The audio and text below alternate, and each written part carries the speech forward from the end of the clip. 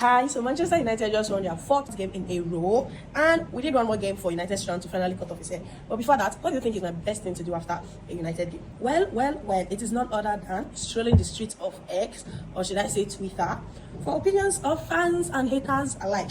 Be it after a loss or a win, you must definitely see what will make you laugh and uplift your mood. So let's get going. Okay, so James B of Arsenal, yeah, this is actually a hater, by the way. He said, I think the biggest compliment I can pay Man United is I'm not sure anyone in the league plays this style of football. It's very central, direct, but short passes and spaces, and it's very fun. Yes, obviously, no one in the league plays this type of football, not especially that your Haram Board club.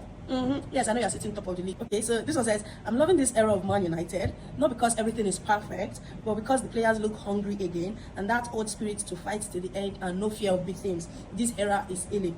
Yep, it is definitely healing, especially after we've played Manchester City and Arsenal back to back. You would understand what she means. As Doctor, one of my favorite non-Manchester United mutual. He says, thanks to Michael Carey, Kobe Menu might be headed to the World Cup for England. Yes! Amaru almost destroyed this boy's career. Well, what can we say? But there's some elements to truth to what he was saying. Because I just felt like, after what Menu did for England in the Euros, he definitely should be going to the World Cup. Like, he should be in the charts for the World Cup. And I thank God that Carrick is just in time enough for him to revive his chances of getting into the World Cup squad. Because what options are there for England?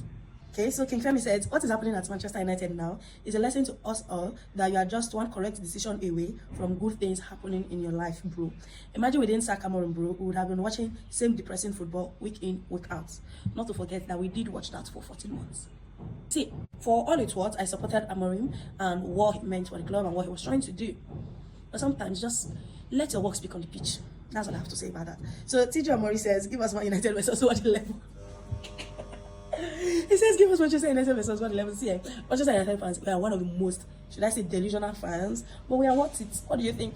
So Jamathan says, football is funny. 2 months ago, we are finished. Today, we are the team nobody wants to visit at Old Trafford. It's not just about the point, it's about the feeling that Manchester United is finally a serious football club again. See, no lies told and no bullshit detected. Yeah. Ejanche says, 4 wins in a row at first try against the toughest opponents in the league. If you call this a new manager bounce, I think you're very unintelligent. Actually, very unintelligent and lacks foresight. Yeah. By the way, Manchester United women won 5 games in a row today. They won 2-0 against Leicester, and their game started just 30 minutes before the men's game. So, shout out to my girls. Making us proud on and off the pitch. See, Kenna says, 4 wins in a row without biblical Old Testament suffering. What a time to be alive. Yeah,